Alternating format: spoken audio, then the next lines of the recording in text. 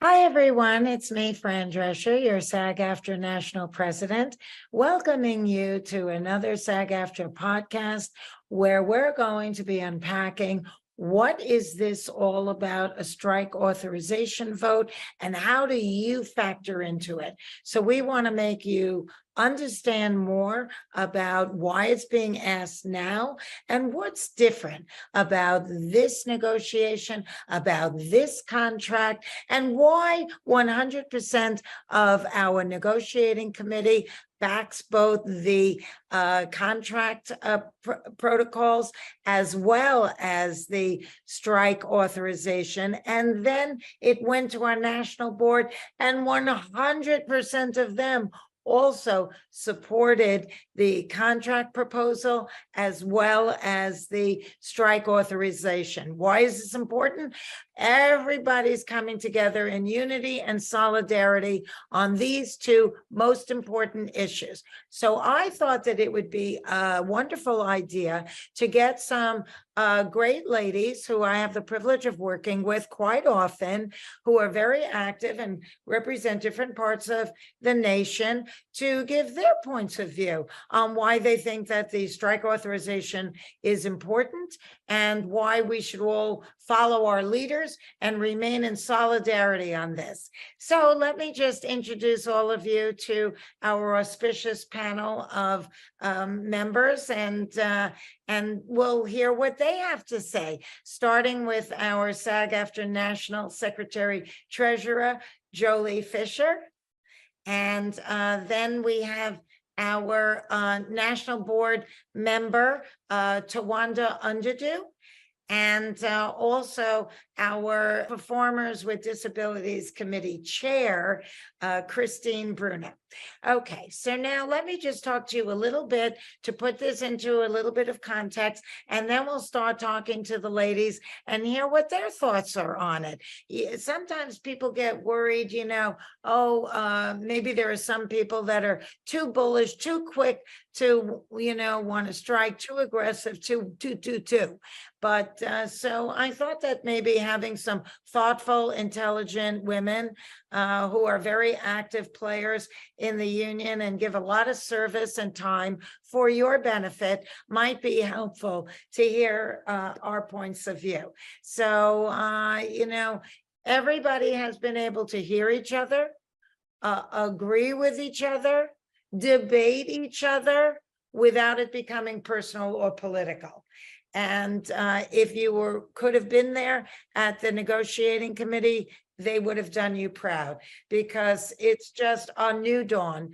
And I'm very, very excited to see us working in such harmony with such intelligence about matters that matter, like artificial intelligence and, women's issues and ableism and racism and genderism and many, many other things that kind of, sexual harassment, safety and intimacy coordinators. I mean, there's so many things to unpack, self-tape situations, casting.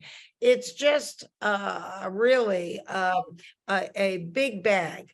So let's dive in right now, and we'll start with Jolie, our SAG-AFTRA National Secretary Treasurer. And Jolie, you do a tremendous amount of work, and I'm sure that streaming, for example, has impacted you as it has this entire industry. Why do you feel like now is the time for us to make some very strong strategic moves in terms of our contract? Well, let me say, first of all, thank you, Fran, for this brilliant idea of assembling women together as member leaders and as members ourselves. So the same fears and wishes and dreams and hopes and desires that everybody out there has, we have them as well. I've been out alongside the WGA on the picket lines. Now I'm going to save all my energy in case we need it too. But as a daughter of unionists and a mother of 5 people, my fears are the same as everybody else. In terms of streaming, we keep calling this still new media. And I think that what we have to realize is that it's media and it's here to stay. And the landscape has changed and evolved so much. And it is just what we're stuck with. I mean, network television is kind of a thing of the past now these days, right? You do a show on network TV and it shows on Hulu the next day, on Apple or Disney the next. I mean, it's ludicrous, right? They're being able to exhibit our work over and over and over again without us partaking in the profits. And the profits are extraordinary. And that it is, we're talking about corporate greed and people being beholden to shareholders, and they need to save a little tiny piece of the pie for the people that are actually doing the work. And that's what I think we're going to try to attack in terms of streaming. And it's interesting. I mean, we don't stand alone. There's a reason why every major union is at this place where we're kind of painted into a corner. And if we don't do something right here and now, we're always going to be chasing something that's eluding us. So I thank you for that. And also for being out there walking the picket line with the WGA. I want to make it clear to everybody that June 5th is the deadline day for the strike authorization vote. That does not mean that we're going to strike. All it means is that we have it in our hands. Now, I wasn't even, and Duncan, our national director, neither one of us way back when, before we even knew how much time we were going to have for the negotiation window, or that the writers went on strike, or nothing like that, like a long time ago. Just philosophically, I thought, let's go in with a really smart contract proposal with a lot of strength and conviction and intellect. And if that doesn't pan out, then we go for the strike authorization. What makes this different and why we got 100%, even from people that are historically extremely conservative and very frightened of a strike authorization, is because we were only given a very small window to negotiate with the AMPTP, which is the group of people, mostly lawyers, that negotiate on behalf of the studios, the MPA, and that's called collective bargaining. So we really didn't have a big window for that. And this takes time. So we need to do it beforehand so we're prepared for it. Nobody wants to strike. We're not going in with that. We're going in with strategy and surprise and a very, very well thought out contract proposal. So that's, where it all begins. But if the contract expires on June 30th, and no, we can't strike until after that point, should a strike be necessary, and let's pray it's not, then we're prepared and we have it ready. And as my dad always says, it's better to have and not need than to need and not have. So, okay, I wanted to ask Towanda. Hi, Towanda. Hey, Fran, how are you? I'm well, thank you. We were there in Washington, D.C., fighting the good fight, and Yes. sat at the same table at the Grammys on the Hill, and it's nice to see you again. Towanda is very active in the union, and was very involved also with the negotiating committee. Yes. So what I wanted to ask you was, what was your general feeling about how the committee went down? Because normally it's done in like 2 days, yes or no, much to the chagrin and frustration of a lot of members. But this time, and this was your first time, right? Yes, it was my first time. Yes. Okay, so this time we did it over an unprecedented 7 days, and everybody took their time. And as you know, we brought in experts from all the different career paths, and we listened to them, and we really unpacked everything. So nobody felt marginalized or rushed.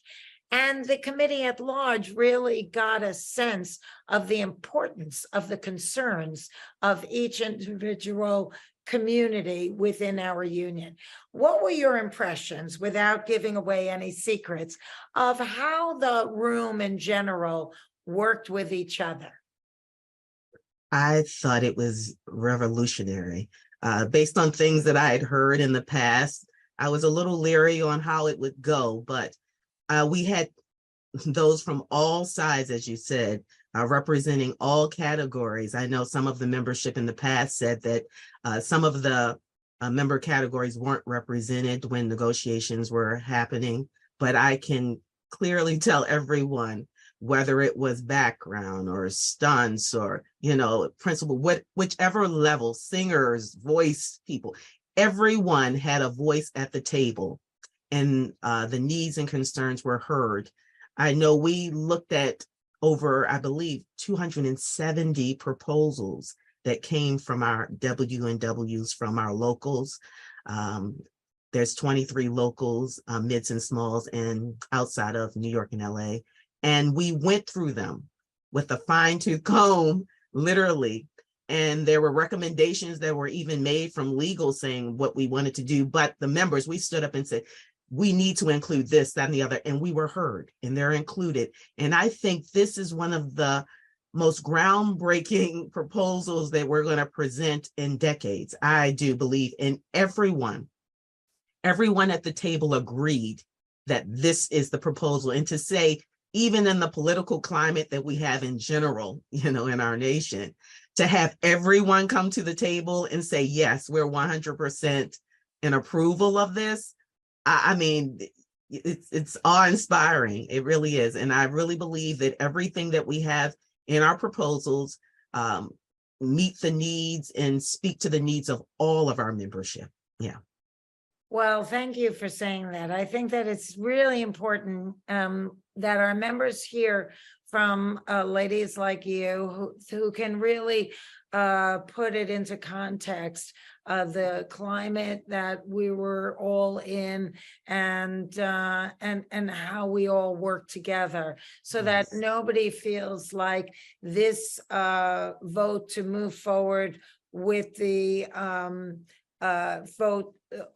strike authorization was because there was a discrepancy, but they were outnumbered. No, nobody was outnumbered here. No. Everybody felt like this is the contract. Everybody felt heard in this contract, in this, negotiation. And so everybody wanted to fully support it, and everybody saw the wisdom in voting for the strike authorization. So, we just kind of strike while the iron is hot. Thank you so much. I appreciate you sharing your thoughts on that. And I just want to say that we do have some sign language interpreters here, and I want to just mention their names as well. So, because they're with us through the whole thing, and I did not acknowledge them in the beginning, but Courtney Nimmersham is one, and Sarah Cohen. So thank you so much, ladies, for helping us with this. Christine, you're the chair of the Performers with Disabilities in the New York local. And I'm sure that, I know we spent a lot of time talking about this during the negotiating committee, but I'd like to hear what you feel is of critical importance for your community, and why you would like everybody to support this contract proposal as well as the strike authorization vote. Great. Thank you so much for having me. First of all, I really appreciate it. I'm going to provide a quick visual description of myself for the blind and low vision community. I am a petite white woman with short brown hair. I'm wearing green framed glasses, a short black jacket, and a peach colored V-neck shirt. And my background is a gray self-tape draping. Okay, why do I feel that now is the time? Because disabled people in general, just in the general population of this country, have been marginalized and underrepresented in sort of all areas, especially in our industry, in the entertainment industry. And we are the country's largest minority at 26%. And that's 62 million plus people in this country who identify as having a disability. And we're about 2% of what you see on film and television. So somewhere in there that is grossly unbalanced. And traditionally in our industry, disabled characters have been played by non-disabled actors. That has been changing over the past 5 years. I would say we're making significant growth. And so you're seeing more and more disabled performers portraying disabled characters and also non-disabled characters, which is our ultimate goal. Because disabled people are everything. They're doctors, they're lawyers, they're mothers, they're friends, they're victims, they're villains. So we really are just trying to level the playing field and get disabled people out there invisible in the same way that all communities and all marginalized communities are raising their visibility. So that we are adequately and accurately represented. And I think now is the time. I think the union is being proactive in a way for all of us, for all of our members now. And I feel that now is the time. There's quite the sea change with the disability community. And like you said earlier, it's time to strike while the iron is hot.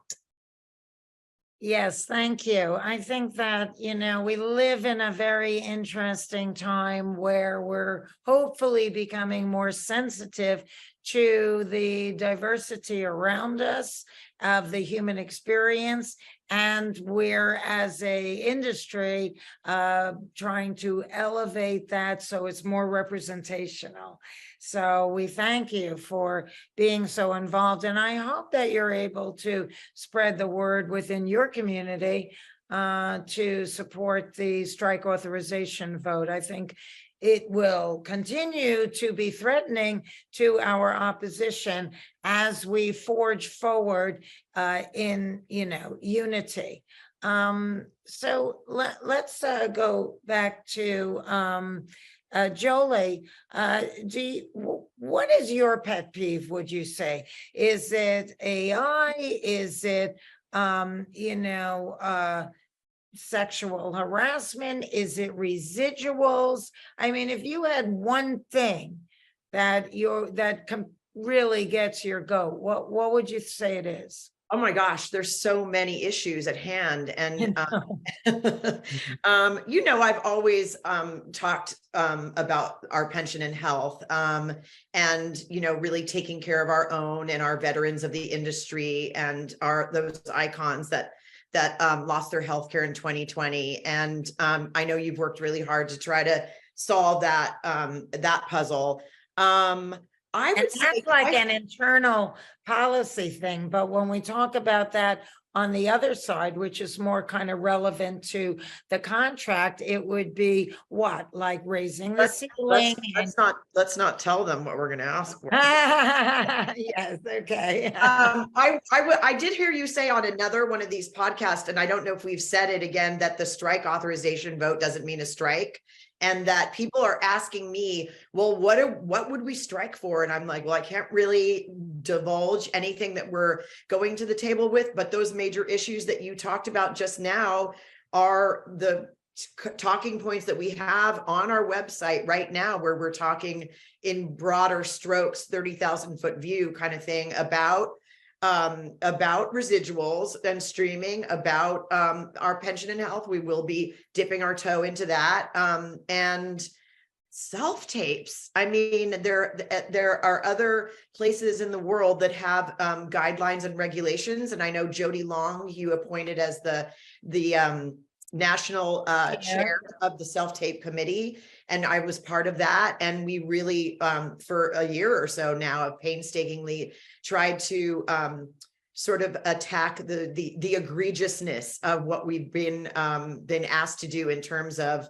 self-taping. And so hopefully, because a lot of people ask questions out in the world, that we're able to let everybody know that in the W&W process, which I co-chaired with David Jolliffe and Sean Astin and Jody here in LA, that where hundreds of people came every day, 3 days a week for hours and hours, and their list of demands were the same things that we're all talking about right now. So everybody was heard. So when you hear that we're going for a strike authorization vote, you'll know that the things that were presented all across the country in W&Ws are somewhere in there. Yeah, that's it. People people keep writing to me too, Jolie, and I say, you know what, we addressed all of those. I mean, after weeks of W&Ws at all of the locals, and then us spending a week really unpacking it and listening to all the experts and everything. I would think that we've left no stone unturned. And I think that the fact that 100% of the negotiating committee, as well as the national board, voted in favor of the contract proposal, as well as the strike authorization, is indicative that everybody is really excited that we have a contract that we can move forward with great pride and conviction. And it's very smart, and it addresses, our industry and everything that's needed for now. Fran, what we didn't say is that the last time we asked for a strike authorization vote was 1996. So we're serious. Yes, exactly. It's it's not something that we take lightly. Yeah. But there simply wasn't any time to do it any other time than in advance. And we need to be prepared in the event that there's so much obstinance on the opposing side. It's so interesting how this whole last 2 years have come full circle, because we're all unified in solidarity, and it's finally crystallized who the real enemy is, and it is not each other, and it's never been each other. So, it's now we're all focused on who we need to be focused on, which is the people across the negotiating table. I'm interested in talking to Towanda, and thank you, Jolie, for your insights, because Jolie had brought up self-tape and casting, and I know that you've had some personal experiences with all of that. Do you want to, Towanda, speak to that at all? Yes, personal exactly. experiences. Definitely. As a working actor, working actor, you said, the casting process has changed drastically. This is from before. The new BC is before COVID and then after COVID, So yeah, so a lot of the things, we would just go into the office, they, tape us and all of that, and we'd leave. Now all of the earnestness is on us now. And a lot of the times, some of the requirements that they have for us, I mean, it costs a lot of money. They want certain backgrounds, certain colors, certain equipment. And I also do voiceover work as well as on camera. So, I mean, sometimes the turnaround times are ridiculous. They'll give you 12, 13 pages. Okay, we need it in by the morning, or, I mean, it's just, there's a lot of things that go into it, and we're not being compensated for that. So we need to streamline that process, since we're living in a new world, just like streaming is here to stay. New media is not, as Jolie said, is not just new media, it's media now. We need to streamline all of the areas. And I believe that we touch on all of this in our proposals that we're presenting. Since I am on the negotiating committee as well, I think that we've addressed all of this so that we can put the fun back into auditioning Mm-hmm. and not be worried about, is this light right? Is this background? Is this, that, and the other? It's about our talent, and that's what it's always been about. And we need to, like, we're streamlining that process in our presentation. Yes. Thank you. It's, it's very important that everybody out there watching really understand the breadth and scope of this, contract proposal and why everybody is pushing for the strike authorization just as an act of preparedness. And because it's in such solidarity, at both on the negotiating committee level as well as on the national board level, I think it sends a loud message to everyone out there, but particularly to the AMPTP, who we're going to be negotiating with very shortly, beginning June 7th. So just as a reminder, please make sure that you vote, and the deadline is June 5th. And we want to keep this solidarity thing going, because nothing is going to be more threatening to them than to know that they can't undermine us. They can't create a division between us. We're unstoppable, we're powerful, we're in solidarity 100%. So, it's this is the moment of truth. And this is the contract that's seminal. Christine, is there anything that you would like to share? You're a New York working actor, and is there anything that you would like to share just in general? Yeah. Yes. I'd like to just add on to what Jolie and Towanda said about self-tapes.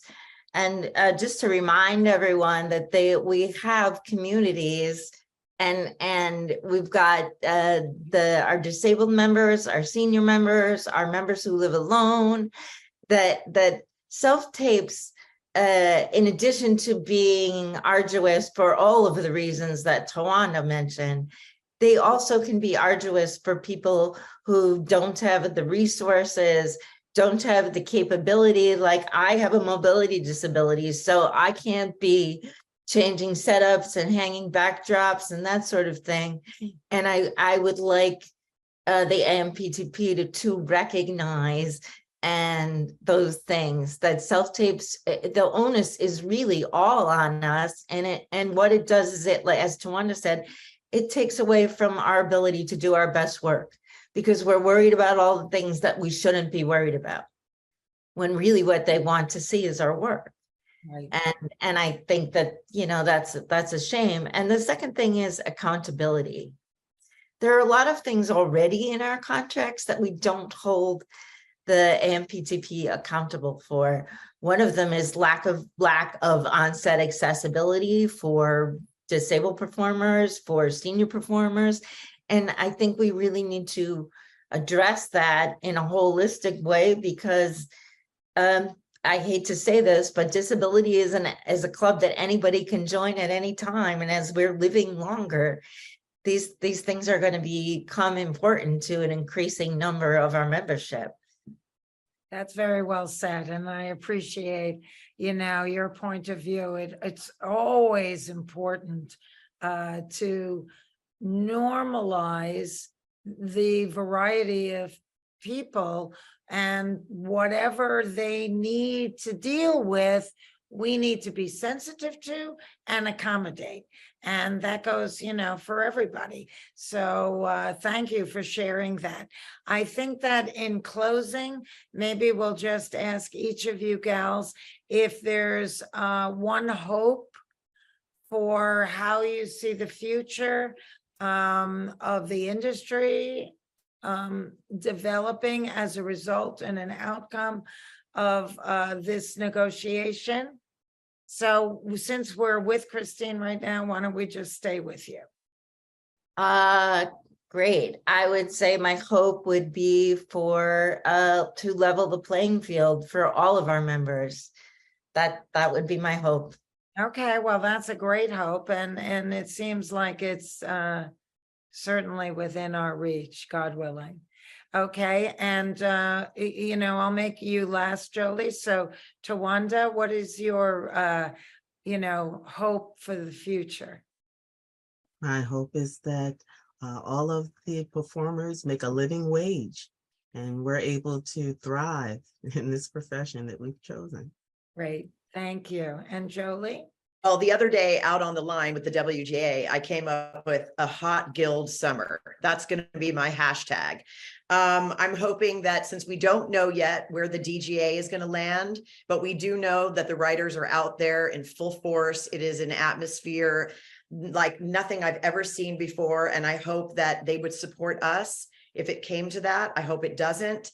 But if it does, the 3 above the line unions out at the same time is a very powerful message to send to our employers at the AMPTP. So I wish everybody well and stay safe, and we'll see you out there.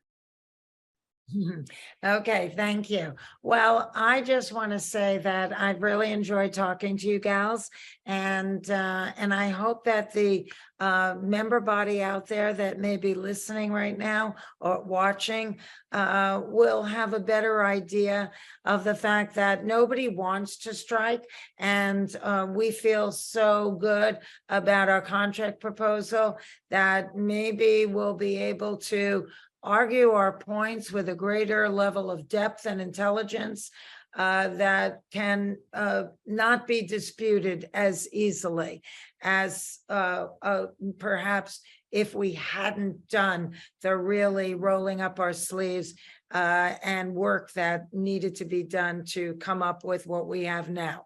Okay, so that's what we're going in with, and we want you to sign the yes for the strike authorization by the 5th, which is the deadline of June. That does not mean you're voting to strike. That's something that your elected board will be in charge of voting on after the contract expires, and it does not expire until June 30th. So we are going to, in good faith, try and resolve this before June 30th at 11:59 p.m. So I thank you all. Sign it, follow the leaders. We're 100% in agreement and solidarity. We can't share the nuances of it, but maybe that speaks volumes to you that it's really good. So stay with us.